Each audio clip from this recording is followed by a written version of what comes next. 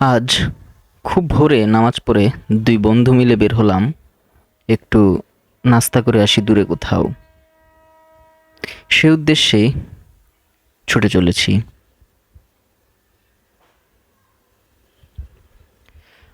সকালের ভোরের হাওয়াটার সাথে সাথে প্রকৃতিটাও এক অন্যরকম সুন্দর লাগছিল।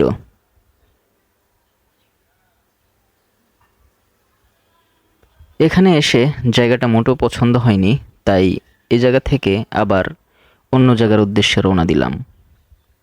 প্রকৃতিটা আজ সত্যি খুব সুন্দর সেজেছে।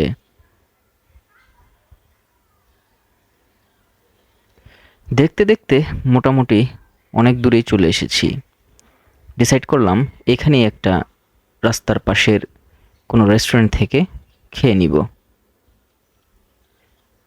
শুধু আমরা না, ঢাকার শহরের অসংখ্য ছেলে এবং মেয়েরা এখানে ভোর সকালে গাড়িতে করে নাস্তা করতে আসে। হয়তোবা তাদের কাছেও এই জায়গাটা প্রিয়। এই হাইওয়ে হয়ে হোটেল অ্যান্ড রেস্টুরেন্টে আমরা আজ এটা নাস্তা করব। 300 ফিটের রোড।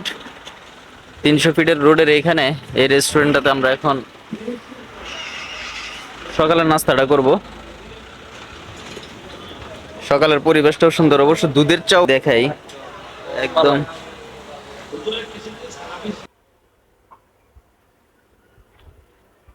তারপর নাস্তা করার জন্য ভিতরে ঢুকে পড়লাম। সকালের নাস্তা রেডি করছেন একজন কর্মচারী।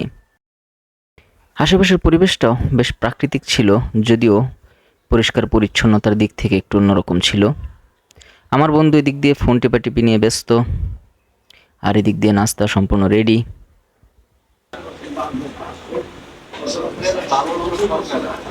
সকালে গরম পরোটার সাথে ডিম আর এই ভাজির টেস্টি আলাদা।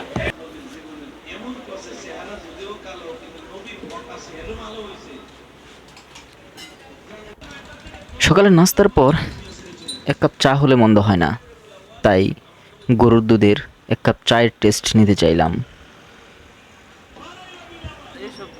দুজন বসে বেশ কিছুক্ষণ গল্প করলাম। সকালের এক কাপ চা, এটা যারা সকাল সকাল যারা ঘুম থেকে না ওঠেন তারা বুঝতে পারবেন না। নামাজটা পড়ে দুই বন্ধু মিলে কড়া চা খাইতেছি, ঠিক আছে। গাভীর দুধের চা। তাই দুজন বসে বেশ কিছুক্ষণ চায়ের আড্ডা দিলাম। হিসাব করেন। আমি তো সব কইছি, দাম কইছো তুমি, আমি যা খাইছি কোনোটা যদি কম কই দেয় তুমি কও। যদিও উনি একটু হিসাবে কাঁচা। 120 হয়েছে না, এখানে তো 100, ঠিক আছে। 140 দিল, কত হইছে? 160 হয়েছে।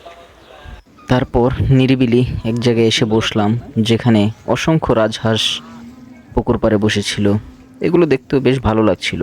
এভাবেই আজ সকালটা কেটে গেল। ভালোই লেগেছে দিনটা।